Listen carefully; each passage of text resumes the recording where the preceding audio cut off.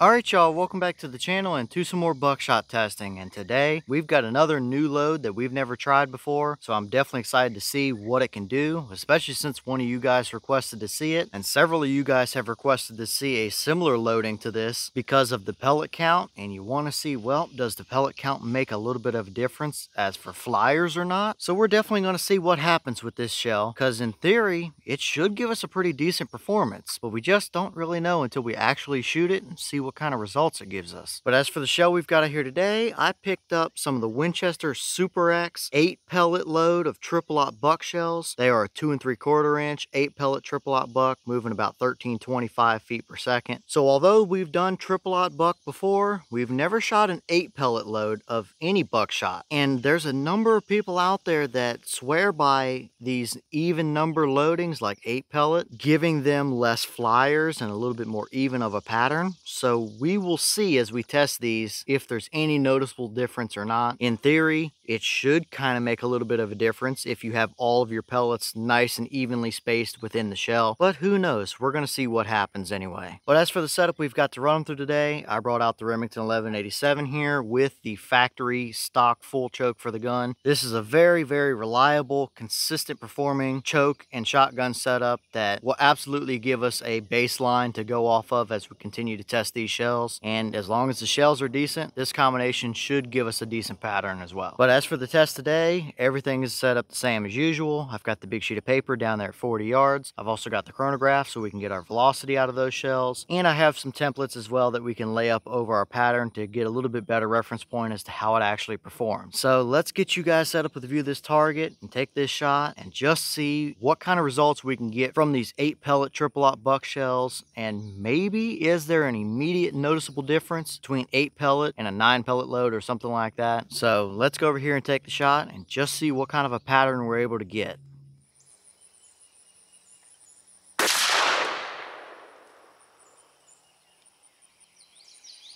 Okay, so that shell gave us 1222 through the chronograph. The box does claim 1325, so that's what, 103 feet per second under their claim, which typically with Winchester buckshot shells like that, we see pretty much right exactly their claim. So that is a little bit unusual that we're under like that, but still 1222 for a load of triple-aught buck is going to be plenty good enough for you. But how does our pattern actually look down there at 40 yards? Let's go check it out and see what we got.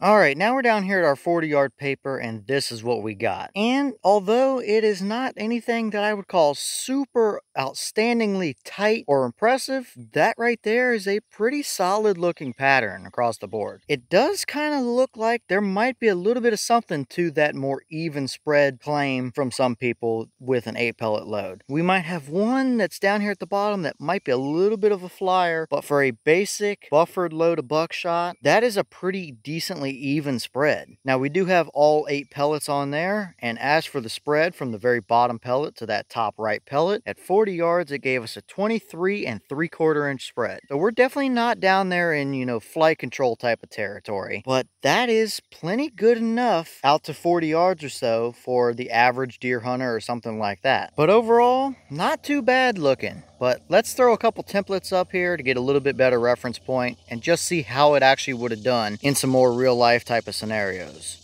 Okay, so here's our 10-inch circle, and as you can see, we definitely had 2 within there, and we had the third one just barely scoot in over there on the left. So 3 out of 8 pellets isn't terrible necessarily. I would like to see 1 or 2 more in there personally, but with triple-aught buck, again, 2 to 3 pellets is going to be plenty enough through the vital area on a deer or something. But just surrounding that template, as you can see, we definitely have what appears to be a pretty condensed and pretty even spread. Most of the pellets are all either within or behind that template, and we did have that one lone flyer down there at the bottom. But how does it actually look if you were to take this shot out on a deer or something like that? Let's throw the deer template up and just see what it would look like. Okay, so here's our deer template, and if we line it up with our point of aim, we have a front leg at the bottom and his neck just starting off to the right side. And as you can see, we have 7 out of the 8 pellets actually hit this deer here. The 8th pellet is just under his belly back behind his front leg, which is that kind of flyer looking pellet. But either way, you can see there we have a nice spread all across the vitals, several of them through the lungs, a couple of them a little bit farther back of lungs, liver. We have one up through the center of his neck up there, so definitely definitely that deer is not going to make it very far on you, that's for sure. So although we might not have the tightest spread we've seen out of a buckshot shell, it does appear to be a pretty even one across the board as well. That is plenty good enough out to 40 yards and probably even 50 as well to get you a deer with or something like that. So looking pretty good here, but how does the hog template actually look? Let's put that one up and just take a quick look and see how that one is. I think it's going to be pretty much the same story, but let's throw it up there anyway for a minute. Alright, here's that hog template, and yeah, it's really kind of the same story. 7 of the 8 pellets actually hit him. The one we're missing is the kind of flyer looking pellet down there between his legs behind the template. And clearly, you've got a number of them through all kinds of different vital area on that hog. He's not going to go very far on you. That's a dead hog all day long. So looking like a very solid performing pattern here today. Definitely not anything groundbreaking or super outstanding necessarily, but a very good starting point, I would say. So is there a little bit of something to the even number loads of buckshot? I don't know yet, but it kind of does seem like we might have a little bit more even of an overall pattern here than we would with a 9 pellet load or something like that. It's going to take more testing to really get an idea of if that might be true or not. So not terrible today by any stretch of the imagination, plenty good enough, and a very good starting point.